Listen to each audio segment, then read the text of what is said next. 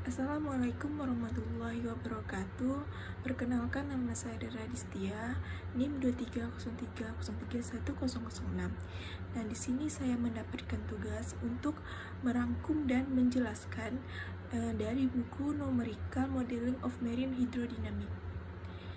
Di sini saya mendapatkan subtema 7 yang berjudul dengan beberapa model yang disederhanakan.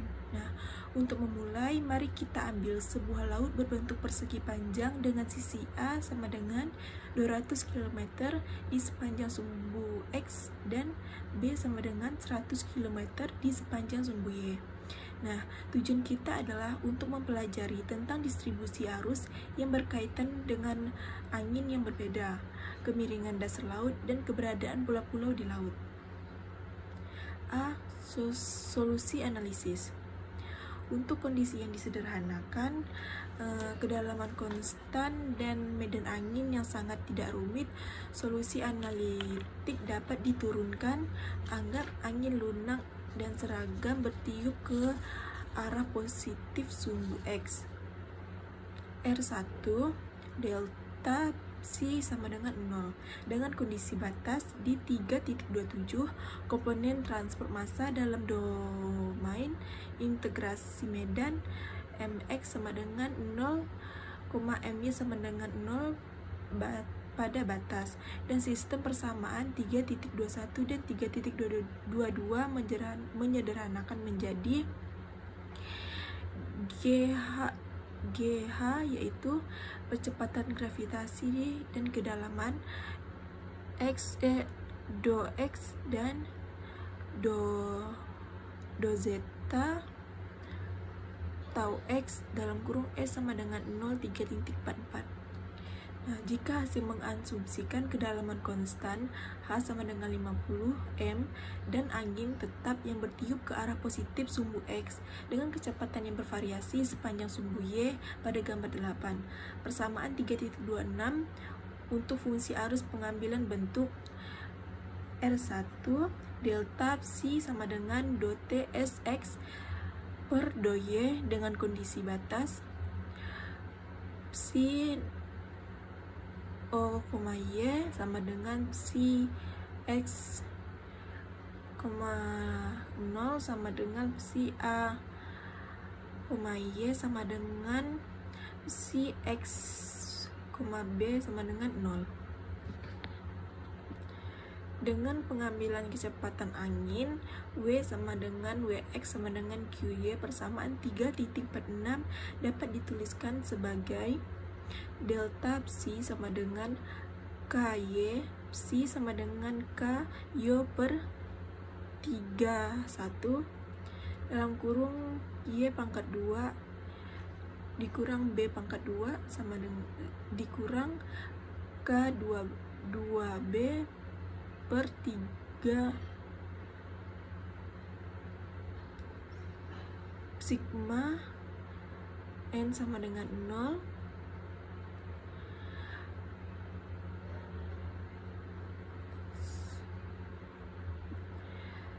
sin N per B X sin N per BY per sin N per BA di 3.49. Nah, B tekanan angin konstan dan kedalaman yang tidak seragam.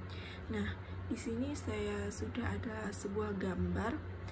Di gambar ini menggambarkan di laut yang berbentuk persegi panjang dengan kedalaman yang tetap. Angka-angkanya dalam jutaan ton per detik pada gambar pada detik 8 garis-garis aliran dari transportasi massa horizontal yang terintegrasi secara vertikal dari sirkulasi yang digerakkan angin. Nah, pada gambar nomor 8 ini menunjukkan garis arus dari transport massa horizontal yang terintegrasi secara vertikal untuk sirkulasi yang didorong oleh angin di laut berbentuk persegi panjang dengan kedalaman yang konstan. Nah, pada gambar di sini di yang paling atas ada 200 km dimensi laut di sepanjang sumbu X atau horizontal. dan ada di bagian belah kanannya 100 km di sepanjang sumbu Y vertikal. Di bagian kiri sumbu Y panah menunjukkan kecepatan angin yang bervariasi secara linear. Kecepatan anginnya dari 2 meter per sekon sampai dengan 15 meter per sekon. Nah, untuk garis panah yang melengkung di dalam kotak persegi ini adalah jalur aliran rata-rata air. Untuk kerapatan garis ini memberikan indikasi kekuatan aliran, yang dimana garis arus lebih rapat maka alirannya cenderung lebih cepat.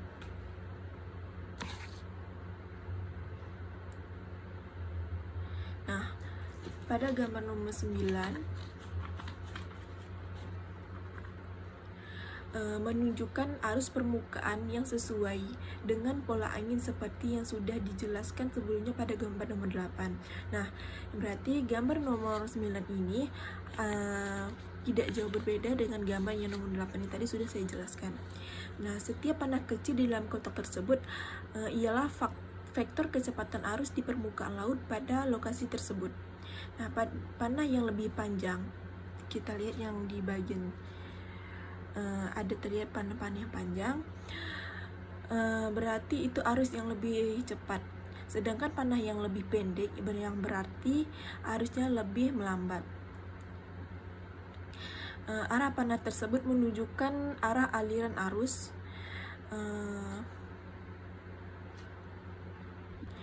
Dan di bagian bawahnya 50 cm per sekon ini adalah kecepatan arus 50 cm per detik. Nah, secara kesimpulan gambar ini saya ambil gambar ini adalah representasi visual dari medan kecepatan arus di permukaan laut yang dihasilkan oleh pola angin spesifik yang dijelaskan pada gambar 8 tadi, menunjukkan bagaimana energi dari angin mentransport laut dari terjadinya pola sirkulasi yang terorganisasi dalam bentuk gear. Nah, pada gambar nomor 3 atau gambar nomor 10 ini adalah gambar menampilkan vertikal kecepatan arus laut pada lokasi spesifik. Nah, di sini ada 2 sumbu, yaitu sumbu U dan V. Untuk sumbu U menunjukkan komponen kecepatan arus ke arah timur dan barat dengan fungsi kedalaman. Sedangkan sumbu V menunjukkan komponen kecepatan arus ke arah utara dan selatan. Nah, secara kesimpulan, gambar ini menunjukkan bagaimana kecepatan dan arah arus bervariasi dengan kedalaman pola titik tertentu dalam model laut yang didorong oleh angin. 8. Sirkulasi laut yang stabil didorong oleh angin di Laut Baltik. Mari kita beralih ke kasus yang lebih realistis dan menghitung arus di Baltik Tengah dan Selatan, mengabaikan Teluk Bonia. Jika kita menggunakan ukuran kisi sebesar 20 km, kita akan mendapatkan pertimbangan dua pulau Bornholm B dan Gotland G. Dua kasus diperiksa, satu untuk angin konstan 10 meter per detik yang bertiup ke arah timur, dan yang kedua dengan angin konstan 10 meter per detik yang bertiup ke arah selatan. Dalam kasus ini, untuk bagian persamaan 3.26 yang tidak homogen, hanya suku-suku yang muncul akibat kopling antara tekanan angin dan kemiringan dasar. Solusi untuk fungsi aliran dari transportasi massa horizontal adalah jumlah dari 3 suku. Nah, pada gambar nomor 4 ini menunjukkan garis arus dari transport massa horizontal yang terintegrasi secara vertikal untuk sirkulasi yang didorong oleh angin laut. Nah, untuk garis-garis yang melengkung ini adalah garis arus dari transport massa yang terintegrasi secara vertikal. Nah, untuk nilai-nilai angka yang tercantum di situ adalah nilai transport massa. Nah, di bagian untuk bagian yang B terlihat adanya sirkulasi yang sangat kuat yang menghubungkannya dengan laut. Terdapat gear siklonik yang berlawanan arah jarum jam yang kuat dengan nilai mencapai 1,0. Ini menunjukkan aliran yang masuk di laut utara ke laut Baltik melalui selat tersebut. Nah, untuk gambar yang nomor 5 ini adalah berkaitan pada gambar yang sebelumnya sudah saya jelaskan yang tadi. Setiap panah kecil dalam kotak adalah vektor kecepatan arus di permukaan laut pada lokasi tersebut. Nah, panjang panah ini menunjukkan besarnya kecepatan arus. 25 cm per sekon ini adalah skala yang digunakan untuk mengukur kecepatan arus. Gambar ini adalah representasi dari medan kecepatan arus di permukaan laut, sama seperti gambar yang sudah tadi dijelaskan pada gambar nomor 17 tadi, nomor 17 tadi. Nah, ini adalah menunjukkan pergerakan air yang kompleks. Nah, pada gambar nomor 6 ini adalah menampilkan kecepatan arus laut pada 3 lokasi di titik 1, 2, dan 3. Menunjukkan potongan vertikal dari medan arus permukaan, menunjukkan bagaimana komponen kecepatan arus V arah timur barat, V arah utara selatan yang berubah seiring kedalaman dan masing-masing lokasi. Sama dengan gambar yang tadi, kurva V dan U ialah komponen kecepatan arus. Nah, pada titik 1, kedalaman ini mencapai sekitaran 110 meter. Nah, kecepatan U meningkatkan menjadi sekitar 20 cm per detik pada kedalaman sekitar 40 sampai dengan 50 meter. Di titik 1 ini menunjukkan struktur arus yang kompleks dengan perubahan arah. Pada titik kedua ini, kedalaman mencapai sekitar 180 meter. Di titik kedua ini menunjukkan arus yang relatif lebih seragam di lapisan arus. Di titik ketiga, kedalaman hanya mencapai sekitar 40 meter di lokasi yang dangkal. Istilah penanda pada persamaan 3.26 memiliki bentuk S X doye dan doha -1. Dengan demikian, tanda istilah ini akan bergantungan pada doye dan doha. Hal ini dapat dilihat pada gambar 17 karena secara kasar berbicara kedalaman laut Baltik meningkatkan dari Gotland Island dari arah selatan maupun utara. Dekat dengan pulau Doye dan Doha sama dengan 0.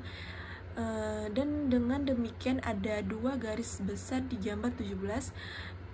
Girus di bagian utara laut berputar searah jarum jam dan yang lainnya di bagian selatan berputar berlawanan arah jarum jam. Ada juga girus kecil yang terhubung dengan perubahan lokal pada lereng dasar. Sekarang kita memiliki nilai arus. Kita dapat menghitung arus permukaan dengan metode biasa kita hasilkan disajikan pada gambar nomor 18 tadi. Distribusi vertikal arus gambar 19 pada titik 1, 2, dan 3 di gambar 18 menunjukkan fitur tambahan. Pada titik 1 dan 2, variasi yang kuat dalam arah arus dan kecepatan dengan kedalaman dicatat. Ini memungkinkan disebabkan oleh perbedaan aliran 2 komponen arus. Arus karena tegangan angin meluruh lebih cepat dengan kedalaman daripada arus karena lereng. Pada titik 3, di mana air yang dangkal 40 meter, ini arus yang tidak berubah dari permukaan ke dasar. 9. Pengaruh stratifikasi densitas terhadap distribusi vertikal arus. Untuk menyelesaikan ini, kita asumsikan bahwa koefisien viskositas eddy bukan lagi kuantitas yang diketahui dan diberikan priori.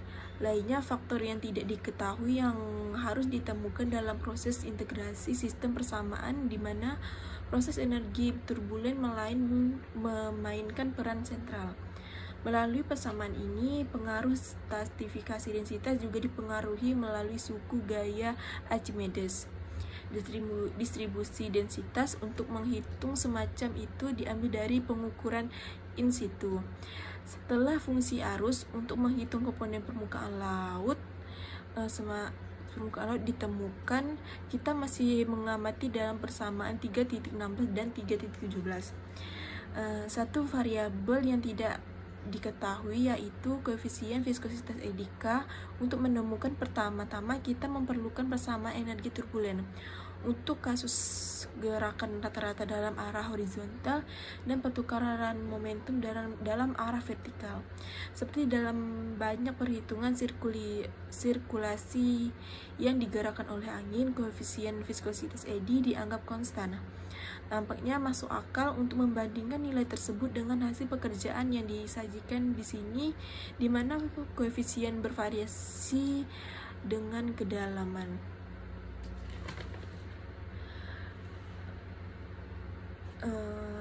Pada gambar nomor 7 ini adalah densitas air laut sebagai fungsi kedalaman. Sumbu ini menunjukkan nilai densitas air laut. Nah, di kurva ini menunjukkan bagaimana densitas air laut berubah seiring dengan bertambahnya kedalaman. Nah, pada kedalaman 80 meter terjadinya perubahan densitas. Densitas ini meningkat dengan cepat dari 4 menjadi 9. Pada kedalaman 80 meter, zona perubahan densitas yang tajam dikenal dengan peak nuklik.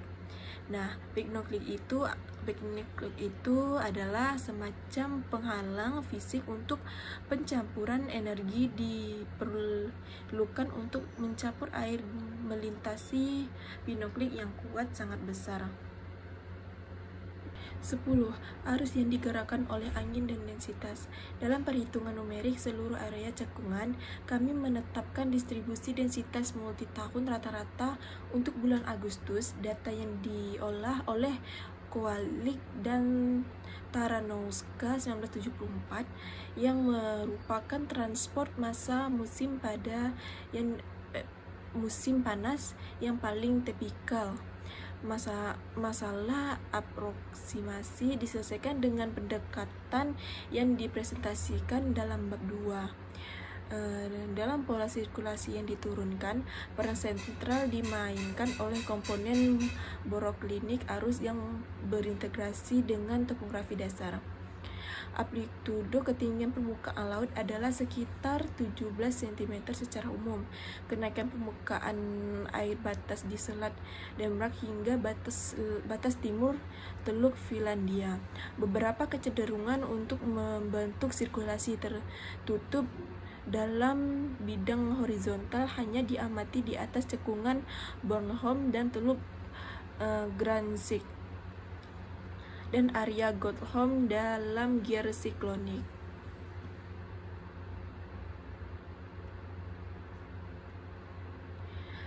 11. Berbagai metode untuk memperkirakan pertukaran momentum di lapisan Ekman. Berbagai cara distribusi viskositas eddy, hipotesis yang mendasarinya akan membandingkan dan dipelajari. Pembandingan ini menyangkut 4 metode. Yang pertama, viskositas eddy sebagai fungsi parameter non-dinamis. B. Viskositas eddy konstan berdasarkan hubungan empiris antara kecepatan angin dan kecepatan arus permukaan. C. Metode statistik berdasarkan persamaan energi turbulen dan skala panjang. D.